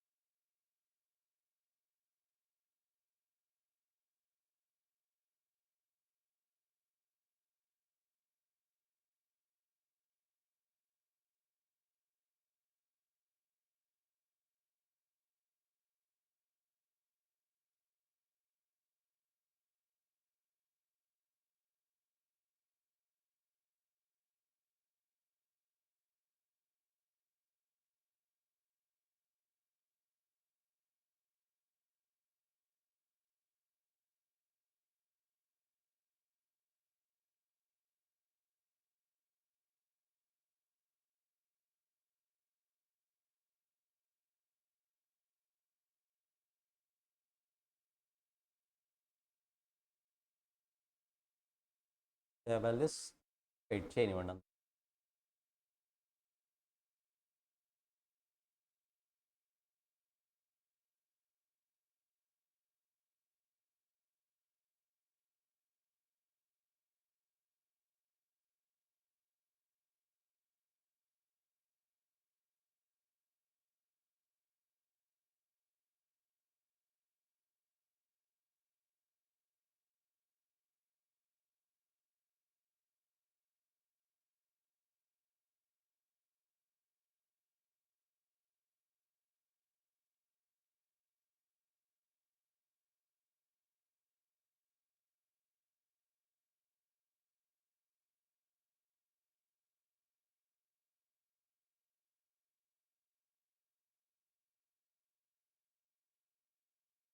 ఓకే, చెప్తారా ప్రోడక్ట్ పీరియడ్ కాస్ట్ ఎంత? 40,000 product cost, 30,000 expired cost, 61 69 guys మీకు వచ్చిన వాల్యూస్ చెప్పండి. 61 అన్ఎక్స్పైర్డ్ కాస్ట్, 9,000 ప్రాఫిట్ లాస్ 2,600. కరెక్టేనా? మీకు ఎంత వచ్చింది లాస్? 26,000 లాస్. ఓకే, చూద్దాం. So first 10,000 20,000 will considered as product cost, right? So 30,000 will be the product cost for 100 units. అంటే ఈచ్ వన్ ఎంత? 300 రూపీస్ కాస్ట్ ఇంకర్ అయ్యాం. పర్ఫెక్ట్. తర్వాత 15,000 25,000 40,000 will be the period cost. ఎన్ని సేల్ చేసాము? 70. Each one ఎంతకు sale చేసాము? ఎంత వస్తుంది మరి? 35,000 విల్ బి ద సేల్స్. దీని నుంచి మనం ఇంకర్ అయిన కాస్ట్ అంటే 70 యూనిట్స్ మీద ఈచ్ యూనిట్కి ఎంత ఇంకర్ అయ్యాము? 300 రూపీస్. అంటే ఎంత? 21,000. దీంతో పాటు ఈ పీరియడ్లోనే పే చేయాల్సిన ఎక్స్పెన్సెస్ ఉన్నాయి కదా, నథింగ్ బట్ పీరియడ్ కాస్ట్. ఎంత? 40,000. ఎంత వస్తుంది? 61,000 లాస్, 26,000 లాస్. కరెక్టా? అన్ఎక్స్పైర్డ్ 30 యూనిట్స్ ఉన్నాయి, ఈచ్ యూనిట్ మీద 300 రూపీస్ ఇంకర్ అయ్యాను. 9,000 will be the unexpired cost. So ఇప్పుడు ఎక్స్పైర్డ్ తెలుసు, అన్ఎక్స్పైర్డ్ అన్ఎక్స్పైర్డ్ తెలుసు. ఎక్స్పైర్డ్ ఎంత ఇప్పుడు ఓవరాల్గా?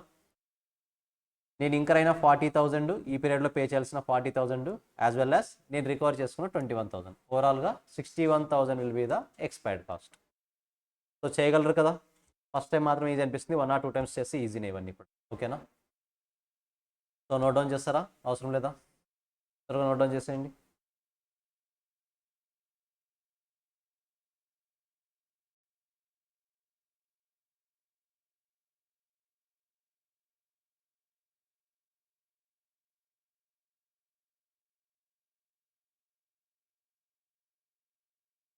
సో మీరు కింద చూస్తే అది ఇచ్చుంటారు, product cost, period cost. Product cost అంటే manufacturing cost, that is we incurred in manufacturing department which considered for stock valuation. మీకు వస్తుంది క్లోజింగ్ స్టాక్ ట్రీట్మెంట్ తర్వాత. Cost with in the factory అంటే మ్యానుఫ్యాక్చరింగ్ డిపార్ట్మెంట్లో ఇంకర్ అయ్యే కాస్ట్. కరెక్టా? Period cost non manufacturing cost which is not considered for stock valuation. Closing స్టాక్లో consider చేస్తామా లేదా అనేది పాయింట్. మనం పీరియడ్ కాస్ట్ క్లోజింగ్ స్టాక్లో కన్సిడర్ చేసామా లేదా? 300 is the period product cost, right? Product cost closing స్టాక్లో కన్సిడర్ చేసామా లేదా? చేసాం. పీరియడ్ కాస్ట్ ఎక్కడైనా కన్సిడర్ చేస్తాం క్లోజింగ్ స్టాక్లో? లేదు. అదే పాయింట్ చెప్తున్నారు ఇక్కడ.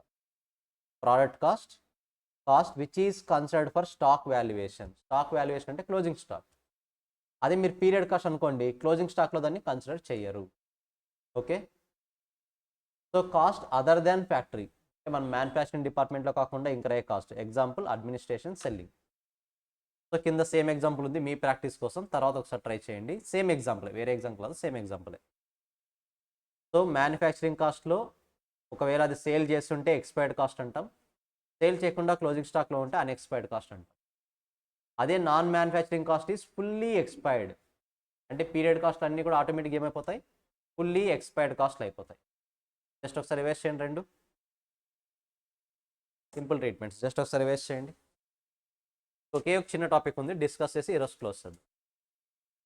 సో ఓవరాల్గా ఈరోజు ఏం నేర్చుకున్నాం మనం మెయిన్గా? Expired, unexpired, period, product. ఇంకొకటి నేర్చుకున్నాం, డైరెక్ట్ కాస్ట్ అంటే ఏంటి, ఇండైరెక్ట్ కాస్ట్ అంటే ఏంటి నేర్చుకుని క్లోజ్ చేసేది.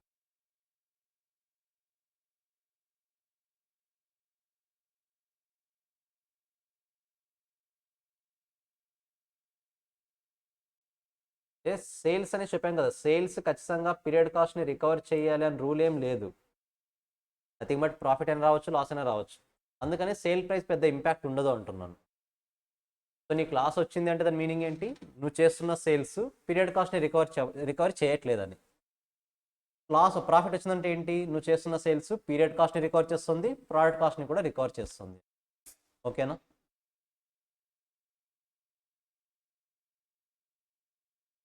సో సేమ్ ఎగ్జాంపుల్ మీ రిఫరెన్స్ కోసం అగైన్ ఇచ్చాము.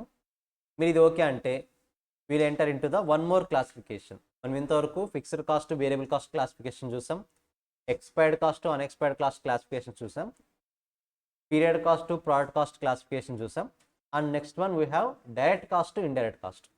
చూద్దాం అదొక్కటి. డోంట్ వరీ, అదొక్కటి చూసి క్లోజ్ చేద్దాం ఈ రోజుకి.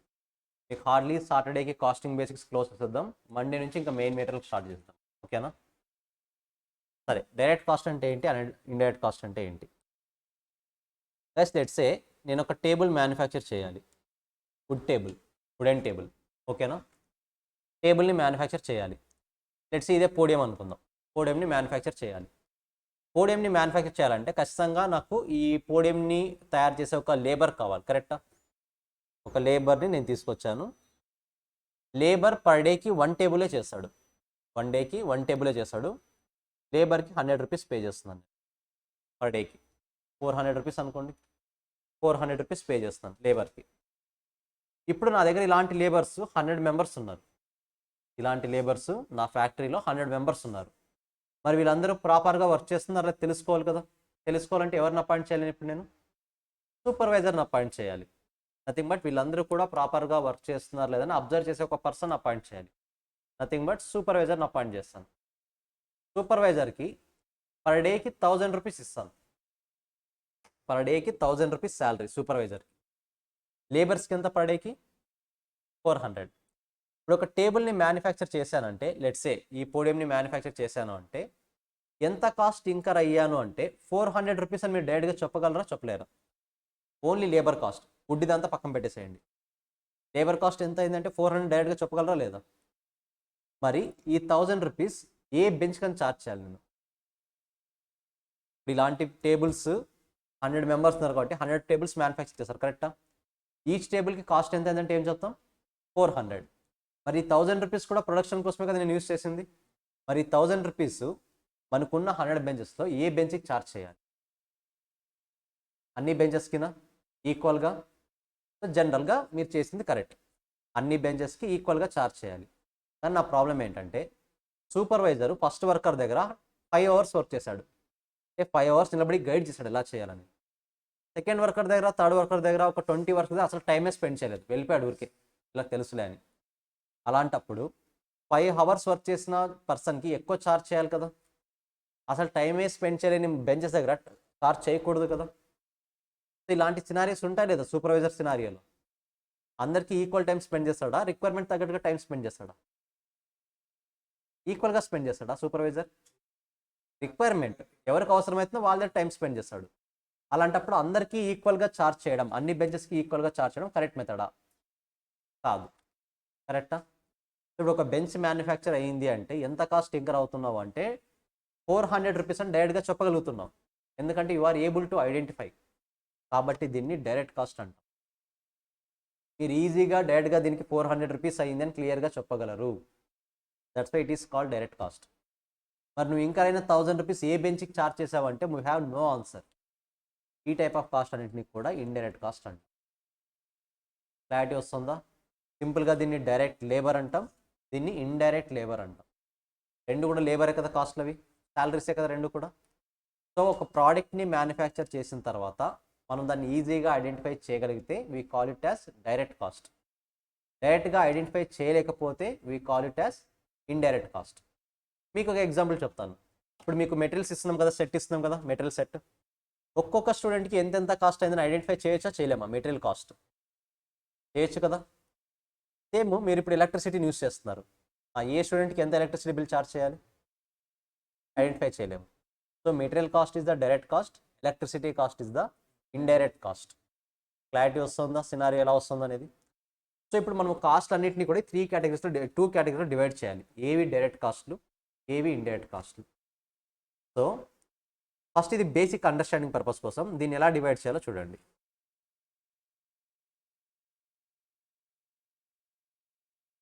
మీకు ఇంకో ఎగ్జాంపుల్ ఇస్తున్నాను ఇప్పుడు. సేమ్ ఇప్పుడు మీరు మెటీరియల్ కాస్ట్ని ఒక్కొక్కరికి ఎంతెంత కాస్ట్ అనేది ఈజీగా ఐడెంటిఫై చేయొచ్చు కాబట్టి నేను డైరెక్ట్ కాస్ట్ అంటున్నాను. సేమ్ ఇంటర్నెట్ యూస్ చేస్తున్నాం అందరూ కూడా. ఏ స్టూడెంట్ ఎంత యూస్ చేస్తారో చూసి చార్జ్ చేస్తామా? లేదు కదా. ఐడెంటిఫై చేయొచ్చా చేయలేము? ఫస్ట్ ఆఫ్ ఆల్ దాన్ని ఐడెంటిఫై చేయలేము. ఈ బిల్డింగ్కి రెంట్ ఉంది, స్టూడెంట్ వైజ్ కలెక్ట్ చేయాలా? దీన్ని పాసిబుల్ అవుతుందా? లేదు. ఒకవేళ స్టూడెంట్ వైజ్ కలెక్ట్ చేసి మీరు వచ్చి అడుగుతారు, సార్ నేను 5 డేసే క్లాస్కి వచ్చాను, నా ఫ్రెండ్ 10 డేస్ వచ్చాడు, మరి ఇద్దరికి సేమ్ అమౌంట్ ఎలా ఛార్జ్ చేస్తారు? అడుగుతారు లేదా? ఆన్లైన్లో వాళ్ళు ఉన్నారు, మేము అసలు కాలేజ్కే రాము, మీరు ఎందుకు కలెక్ట్ చేస్తున్నారు మీ దగ్గర నుంచి రెంట్? వస్తుందా లేదా ఇష్యూ? సో కాబట్టి మనం ఏదైతే డైరెక్ట్గా పర్టికులర్ ప్రోడక్ట్కి అపాయింట్ చేయలేము, పర్టికులర్ ప్రోడక్ట్లో ఐడెంటిఫై చేయలేము, వాటన్నింటినీ కూడా ఏమంటాం? ఇండైరెక్ట్ కాస్ట్ అంటాం. సో ఇప్పుడు ఈ డైరెక్ట్ కాస్ట్ని ఇండైరెక్ట్ కాస్ట్ని ఫర్దర్గా 3 పార్ట్స్గా డివైడ్ చేశారు.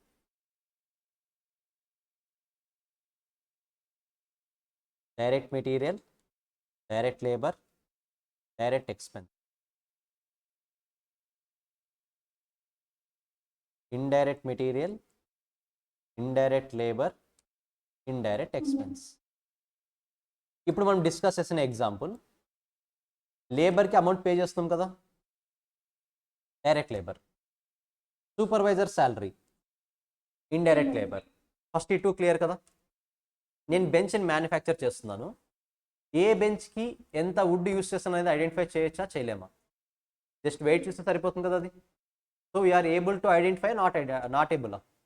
వీఆర్ ఏబుల్ టు ఐడెంటిఫై, కరెక్టా? కాబట్టి wood will be considered as a direct material. అది మెటీరియల్ అదే కదా, బెంచ్ మ్యానుఫ్యాక్చర్ చేయాలంటే వుడ్డే కదా. So wood will be considered as a direct material. నేను మ్యానుఫ్యాక్చర్ చేసిన తర్వాత పెయింట్ కొడుతున్నాను, దానికి మ్యానుఫ్యాక్చర్ చేసిన తర్వాత పెయింట్ కొడుతున్నాను. ఫస్ట్ ఆఫ్ ఆల్ దాన్ని మనం డైరెక్ట్గా ఎంత పెయింట్ యూస్ చేస్తామో క్లియర్గా ఐడెంటిఫై చేయొచ్చా చేయలేమా? చేయలేము, కరెక్టా? ఎగ్జాక్ట్గా ఐడెంటిఫై చేయొచ్చా ఎన్ని లీటర్స్ యూస్ చేస్తామన్నది? So paint will be considered as the indirect material. We are not able to identify, guys clarity వస్తుందా? వుడ్ అనేది ఎంత యూస్ చేస్తామని క్లియర్గా ఐడెంటిఫై చేయొచ్చు, బట్ పెయింట్ని ఎంత యూస్ చేస్తామని క్లియర్గా ఐడెంటిఫై చేయలేము. లేబర్కి ఎంత అమౌంట్ పే చేస్తామో ఐడెంటిఫై చేయొచ్చు, సూపర్వైజర్ అమౌంట్ని ఎంత పే చేస్తామనేది ఐడెంటిఫై చేయలేము. డైరెక్ట్ ఎక్స్పెన్స్, గైస్ ఇప్పుడు మీరు చూస్తే ఇక్కడ మీకు నెయిల్స్ కనిపిస్తాయి, కరెక్టా? నెయిల్స్, ఎన్ని నెయిల్స్ యూస్ చేస్తామో ఐడెంటిఫై చేయొచ్చా చేయలేమా? కౌంట్ చేయొచ్చు కదా ఈజీగా. So nails will be considered as the direct expense.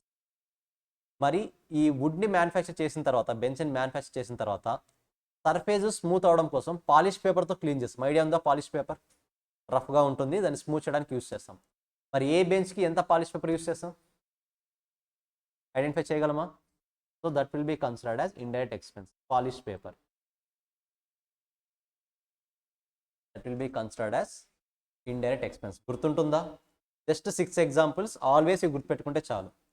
First of all అది ప్రోడక్ట్లో మెయిన్ మెటీరియల్ కాదో చూడాలి. లెట్స్ సే బెంచ్లో వుడ్ అనేది మెయిన్ మెటీరియల్ కదా, పెయింట్ అనేది కూడా మెటీరియల్ కదా.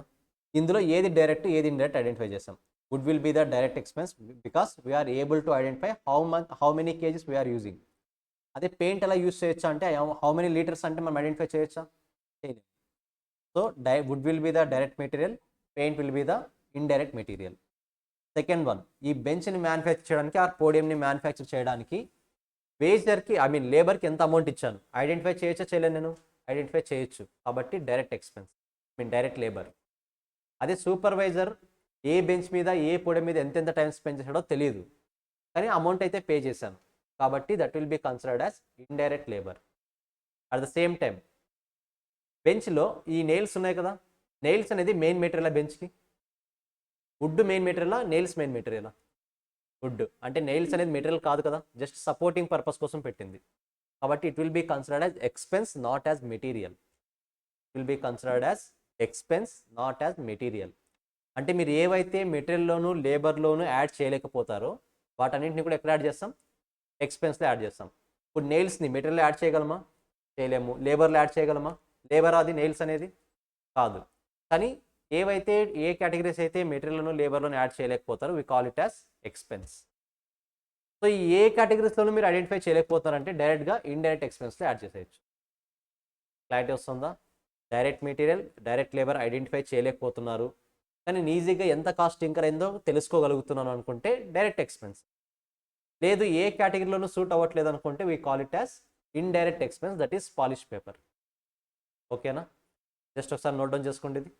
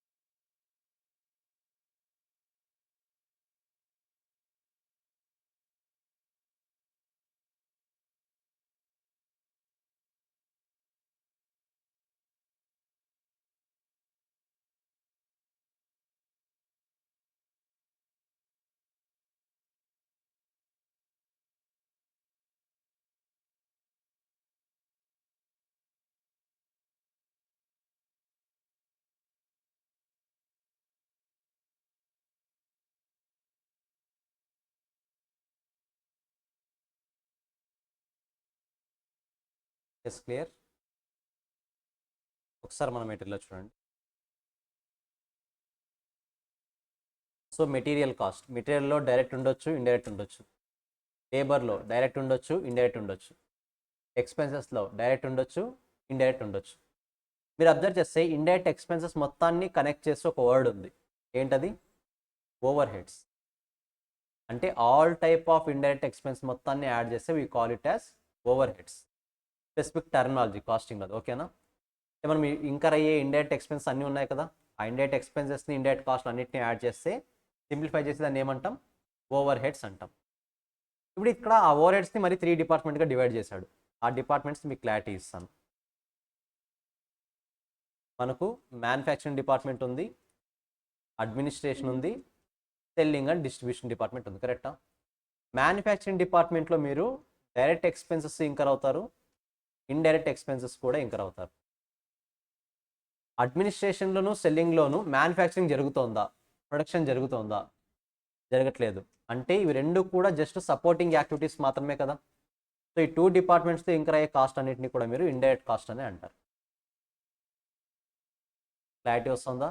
మ్యానుఫ్యాక్చరింగ్ డిపార్ట్మెంట్లో డైరెక్ట్ ఉంటాయి, ఇండైరెక్ట్ ఉంటాయి. Like rent indirect, material cost direct. మరి ఈ 2 డిపార్ట్మెంట్స్ అసలు ప్రొడక్షనే జరగట్లేదు కదా, జస్ట్ ప్రొడక్షన్కి ఇండైరెక్ట్గా సపోర్ట్ ఇస్తున్నాయి. కాబట్టి ఈ 2 డిపార్ట్మెంట్స్లో ఇంకర్ అయ్యే ప్రతి కాస్ట్ని కూడా ఇండైరెక్ట్ ఎక్స్పెన్స్ అని అంటాం. సో ఇప్పుడు ఈ ఇండైరెక్ట్ ఎక్స్పెన్స్, ఈ ఇండైరెక్ట్ ఎక్స్పెన్స్, ఈ ఇండైరెక్ట్ ఎక్స్పెన్స్ మూడింటిని యాడ్ చేస్తే ఏమంటాం? ఓవర్ హెడ్స్ అంటాం. Is it clear? ఆ మూడింటిని యాడ్ చేస్తే ఓవర్ హెడ్స్ అంటాం. మనం ఇక్కడ ఈ మూడింటిని యాడ్ చేసినా కూడా ఓవర్ హెడ్స్ అని అంటాం. ఎందుకంటే మూడు కూడా ఇండైరెక్ట్ ఎక్స్పెన్సెసే కదా, ఇండైరెక్ట్ కాస్ట్లే కదా. సో వెయిట్ అయినా సరే we call it as over heads. సరే ఈ చార్ట్ కూడా వేసుకోండి, గుర్తుంటుంది ఈజీగా. మరి మేబీ మర్చిపోవచ్చు.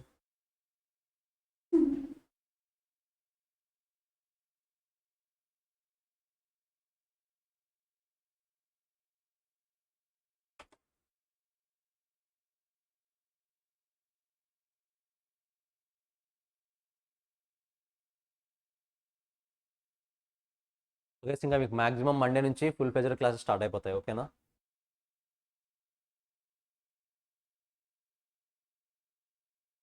సో కాస్త పెండింగ్స్ ఏవి లేకుండా చూసుకోండి ఎప్పటికప్పుడు.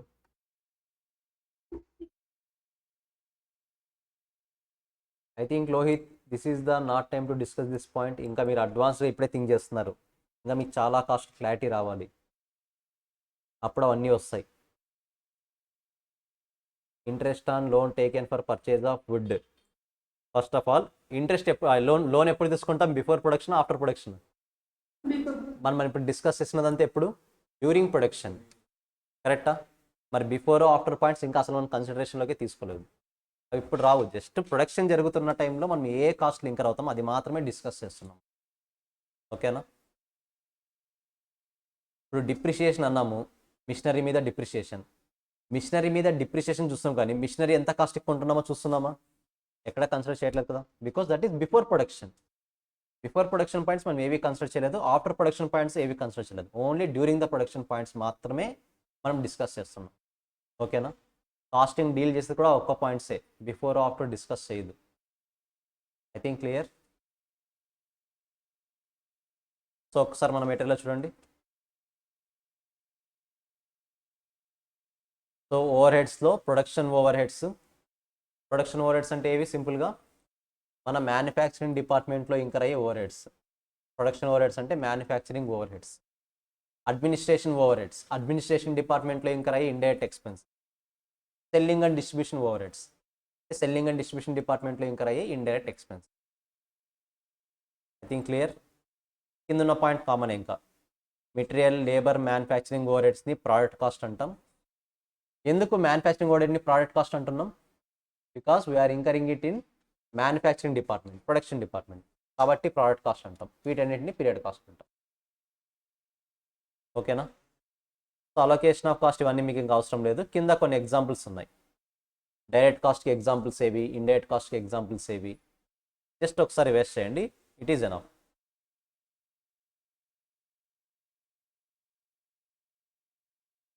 Just waste it.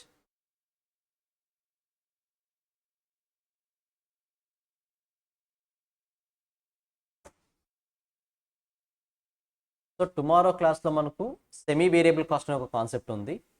Variable cost, fixed కాస్ట్తో పాటు సెమీ వేరియబుల్ కాస్ట్ అనే కాన్సెప్ట్ ఒక డిస్కస్ చేయాలి. అది డిస్కస్ చేసిన తర్వాత కాస్ట్ షీట్ అనే ఒక కాన్సెప్ట్ ఉంటుంది. ఇవి రెండు డిస్కస్ చేస్తే మనకు కాన్సెప్ట్ కంప్లీట్ అయిపోయినట్టు. సో మ్యాక్సిమం ఈరోజు థర్స్డే కదా, ఫ్రైడే, సాటర్డేకి కాస్టింగ్ బేసిక్స్ అయిపోతుంది. మండే నుంచి ఇంకా మనం మెయిన్ టాపిక్ స్టార్ట్ చేసేయచ్చు. ఓకేనా? మీతో పాటు ఇంకో బ్యాచ్ కూడా ఉంది, వాళ్ళు కూడా యాడ్ అవుతారు. ఓకేనా? సో ఆఫ్లైన్లో ఆన్లైన్లో ఉన్న వాళ్ళు ఆఫ్లైన్ వాళ్ళు ప్లాన్ చేస్తుంటే as early as possible plan చేసేయండి. వన్స్ మనం మెయిన్ మెటీరియల్ స్టార్ట్ చేసామంటే మీరు ఈవెన్ 1 or 2 క్లాసెస్ మిస్ అయినా సరే నెక్స్ట్ కాన్సెప్ట్ అర్థం అవడం అంత ఈజీ అయితే కాదు. మీరు ఆల్రెడీ ఫౌండేషన్లో ఎక్స్పీరియన్స్ చేసి ఉంటారు. కొన్ని క్లాసెస్ మిస్ అవుతాయి, నెక్స్ట్ క్లాసెస్ ఏమవుతాయి అన్నది కరెక్టా? ఎక్స్పీరియన్స్ చేశారు ఎప్పుడైనా? మెయిన్ టాపిక్ మిస్ అయ్యారు అంటే నెక్స్ట్ క్లాసెస్ మొత్తం కూడా ఏమీ అర్థం కాదు. సో అలా ఉంటాయి ఇక్కడ క్లాసెస్ అన్నీ కూడా. ఇంకా కొన్ని టాపిక్స్ ఇంటర్ కనెక్టెడ్, ట్యాక్స్ లా కనెక్ట్ అవుతాయి, అకౌంట్స్ కాస్టింగ్ కనెక్ట్ అవుతాయి, కొన్ని ప్లేసెస్లో అకౌంట్సింగ్ లా కనెక్ట్ అవుతాయి. మీరు అకౌంట్స్లో ఆ చాప్టర్ మిస్ అయ్యారంటే లాలో ఈ చాప్టర్ అర్థం కాదు, అలా ఉంటాయి. లాలో కొన్ని టాపిక్స్ మిస్ అయ్యారంటే నెక్స్ట్ గ్రూప్ 2లో ఆడిట్ ఉంటుంది, అక్కడ కొన్ని టాపిక్స్ అర్థం అవ్వవు.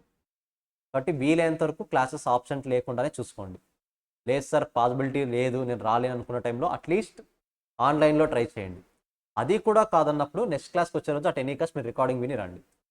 సో కంప్లీట్ మీకు ఫెసిలిటీస్ ఉన్నాయి, మీరు యూజ్ చేసుకునే దాన్ని బట్టి ఉంటుంది ఇంకా సినారియో మొత్తం. ఓకేనా? సో జస్ట్ ఒకసారి రివైజ్ చేయండి, క్లోజ్ చేసేద్దాం.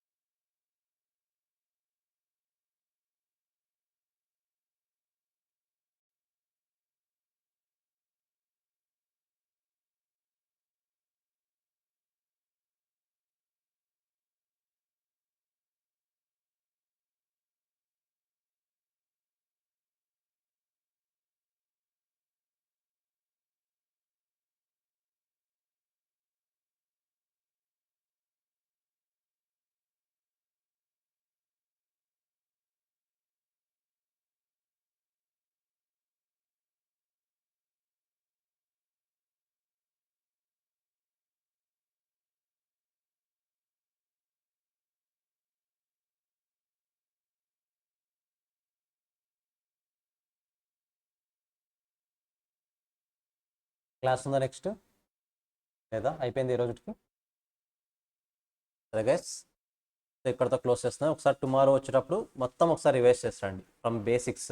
ఓకేనా, ఫిక్స్డ్ కాస్ట్ వేరియబుల్ కాస్ట్ నుంచి రివైజ్ చేస్తాండి. అన్నీ తెలిసినట్టే ఉంటాయి, తెలియకుండా మనం మర్చిపోతాం కొన్ని. రివైజ్ చేస్తాండి. Tomorrow day after tomorrow costing basics close చేసి మెయిన్ టాపిక్లోకి ఎంటర్ అయిపోతాం. ఓకేనా, will meet in next class. By.